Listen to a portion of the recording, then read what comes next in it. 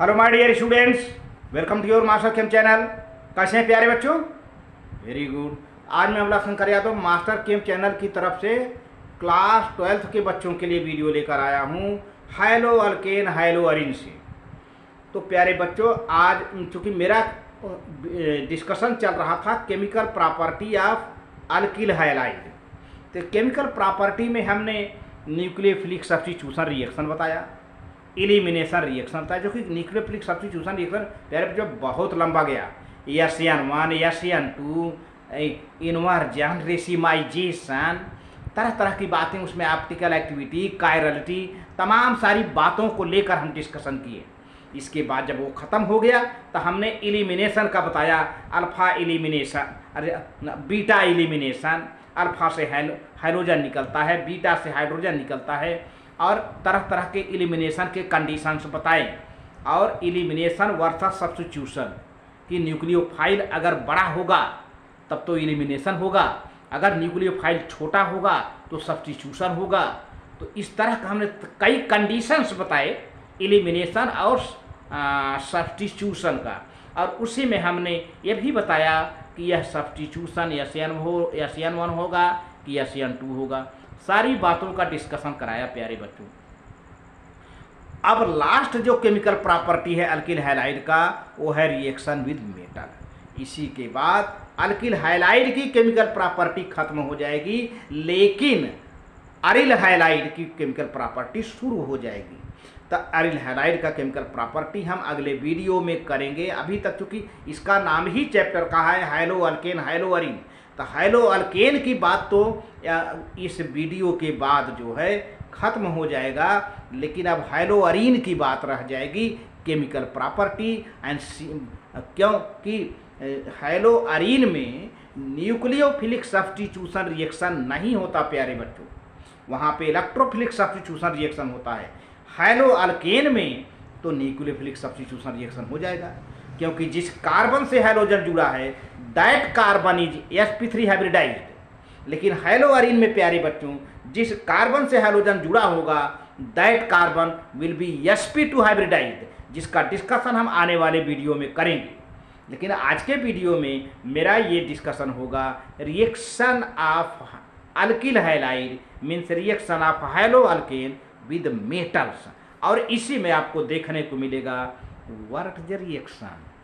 बहुत important reaction है board के हिसाब से, वर्टज रिएक्शन। ठीक है, तो चलते हैं।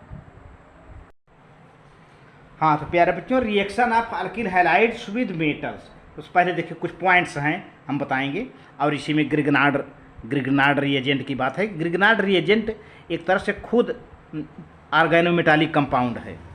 तो most of the organic compounds like organic chlorides, bromides and iodides react with certain metals to form compounds containing carbon metal bond. Such compounds are called organometallic compounds. तो काफ़ी ऑर्गेनिक कंपाउंड प्यारे बच्चों, चाहे क्लोराइड हो, bromide हो, iodide हो, किसी metal से रिएक्शन करने के बाद कार्बन मेटल बॉन्ड बन जाता है, और ऐसे कंपाउंड को हम ऑर्गेनोमेटालिक कंपाउंड कहते हैं, क्योंकि उसमें ऑर्गेनिक कंपाउंड भी होता है और मेटल लग जाने से उसका नाम ऑर्गेनोमेटालिक कंपाउंड पड़ जाता है। और इसी में एक बड़ा अच्छा एग्जाम्पल है जिसके लिए उनको 1912 में नोबेल प्राइज भी दिया गया, वो ग्रिग्नार्ड रिएजेंट की है, ग्रिग्नार्ड को दिया गया। An important class of organometallic compounds are the alkyl magnesium halide, alkyl RMgX, alkyl magnesium halide. क्या है अल्किल मैग्नीशियम? अल्किल प्यारे बच्चों ऑर्गेनिक कंपाउंड है, मैग्नीशियम मेटल है, और X क्या है? हैलोजन है। These were discovered by Victor Grignard in 1900, 1900 में इसको विक्टर ग्रिग्नार्ड ने बनाया, खोजा गया, and are now called Grignard reagent. अब इनको RMgX को ग्रिग्नार्ड रिएजेंट कहा जाता है। After his name for this discovery Grignard was awarded Nobel prize in chemistry in 1912। इस डिस्कवरी के लिए प्यारे बच्चों ग्रिग्नार्ड को 1912 में 1912 में नोबेल प्राइज दिया गया, नोबेल नोबेल पुरस्कार दिया गया उनको। Grignard reagents are prepared by reaction of haloalkane alkyl halides with magnesium turnings in dry ether. Dry ether के प्रेजेंस में मैग्नीशियम का रिएक्शन अल्किल हैलाइड से कराते हैं तो ग्रिग्नार्ड रिएजेंट बढ़ जाता है। Very simple reaction. देखो प्यारे बच्चों, यहाँ पे RX है, अल्किल हैलाइड है कोई, ये है मैग्नीशियम, और यहाँ पे ड्राई एथिर है, ड्राई ईथर है, ईथर। अब RMgX बन गया, यही है ग्रिग्नार्ड रिएजेंट। इसी को बनाने के लिए इनको 1912 में नोबेल प्राइज दिया गया प्यारे बच्चों।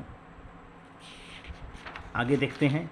देखिए इस तरह देखिए, एथिल ब्रोमाइड है, CH3CH2Br है, यह मैग्नीशियम है, ड्राई ईथर है, CH3CH2MgBr, एथिल मैग्नीशियम ब्रोमाइड, जो कि ग्रिग्नार्ड रिएजेंट है। ये इतना R ग्रुप है, एल्काइल ग्रुप है, तो ये ग्रिग्नार्ड रिएजेंट है प्यारे बच्चों।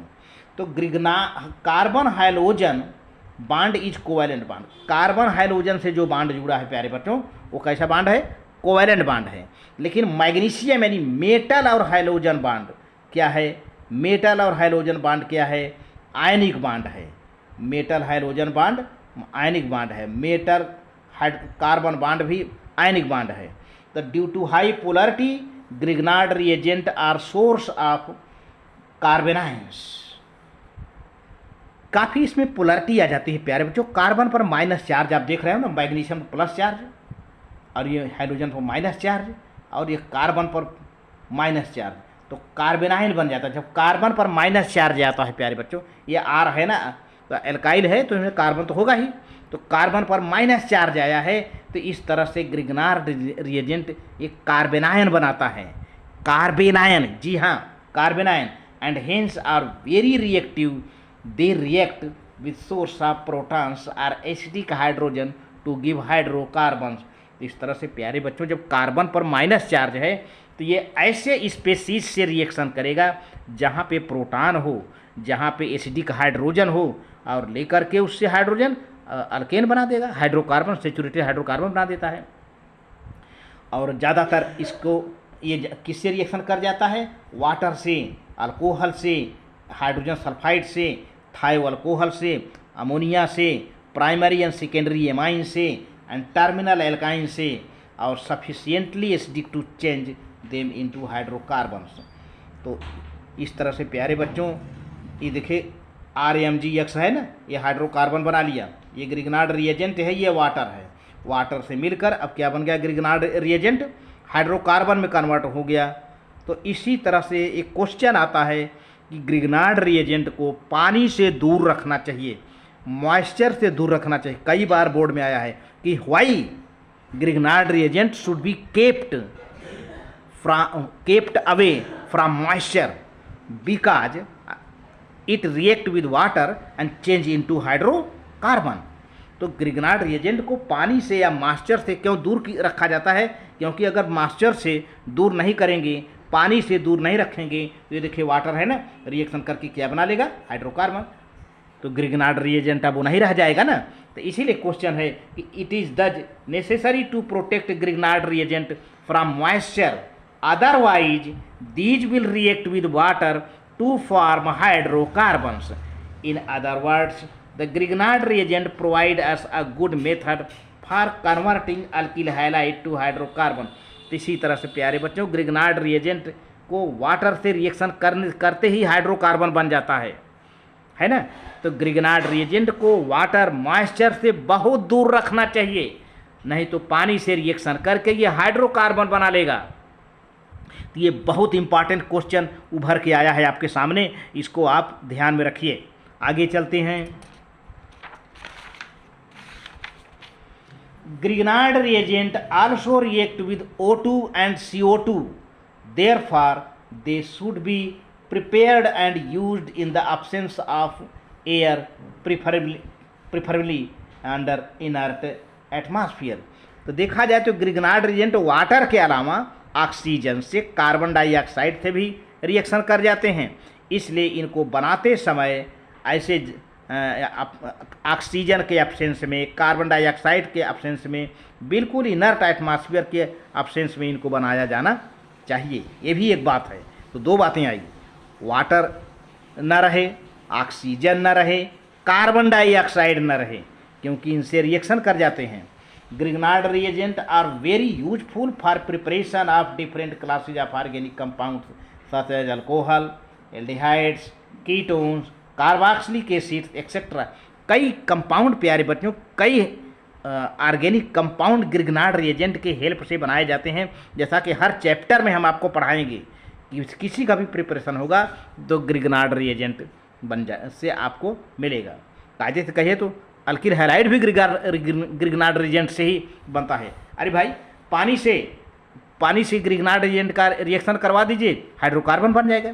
अब हाइड्रोकार्बन का क्या हो जाएगा, आप हैलोजिनेशन कर दीजिए, अल्किल हैलाइड बन जाएगा ना। तो इस तरह से बातें हैं। अब वर्ट रिएक्शन, जैसा कि मैंने कहा था, वर्ट रिएक्शन क्या है, इसमें alkyl halides react with metallic sodium in presence of dry ether to form symmetrical alkanes containing double the number of the carbon atoms present in the alkyl halide. प्यारे बच्चों, अब देखिए ये RX है, यहाँ 2 सोडियम एटम है, 2 Na, फिर RX आया, यानी यही अल्किल हैलाइड। चाहे तो यहाँ पर 2 RX लिख लीजिए, 2 मालिक्यूल, एक मालिक्यूल ये हो गया, एक मालिक्यूल ये हो गया प्यारे बच्चों। अब 2 हाइड्रोजन, एक हाइड्रोजन ये, एक हाइड्रोजन ये, 2 NaX निकल गया, 2 NaX निकल गया यहाँ पर, ठीक है, 2 NaX निकल गया। अब R और R मिलकर क्या हो गया, अल्केन बन गया, हाइड्रोकार्बन, सेचुरेटेड हाइड्रोकार्बन बन गया। तो एक तो ये तरीका है, ये तो ग्रिग्नार्ड रिएजेंट से हमने हाइड्रोकार्बन बनाया, और वर्ट रिएक्शन से भी। तो वर्ट रिएक्शन का पहचान क्या है, ड्राई ईथर और मेटल क्या होगा, सोडियम होगा प्यारे बच्चों, सोडियम होगा। अब देखिए एक तरह से ये मेथिल ब्रोमाइड है, मेथिल ब्रोमाइड R की जगह पर हमने मेथिल ब्रोमाइड लिख लिया, यानी ब्रोमोमेथेन हो गया, 2 Na हो गया, फिर ब्रोमोमेथेन एक मालिक्यूल, यही सेम मालिक्यूल यहाँ ले लिया, 2 मालिक्यूल डबल, मैंने कहा डबल मालिक्यूल हो गया, डबल कार्बन हो गया। अब ड्राई ईथर लगा दिया हमने, तो एक Br ये, एक Br ये, 2 Br, तो 2 Na है, 2 Na Br निकल के बाहर, CH3 एल्काइल जुड़ गए, एथेन बन गया प्यारे बच्चों।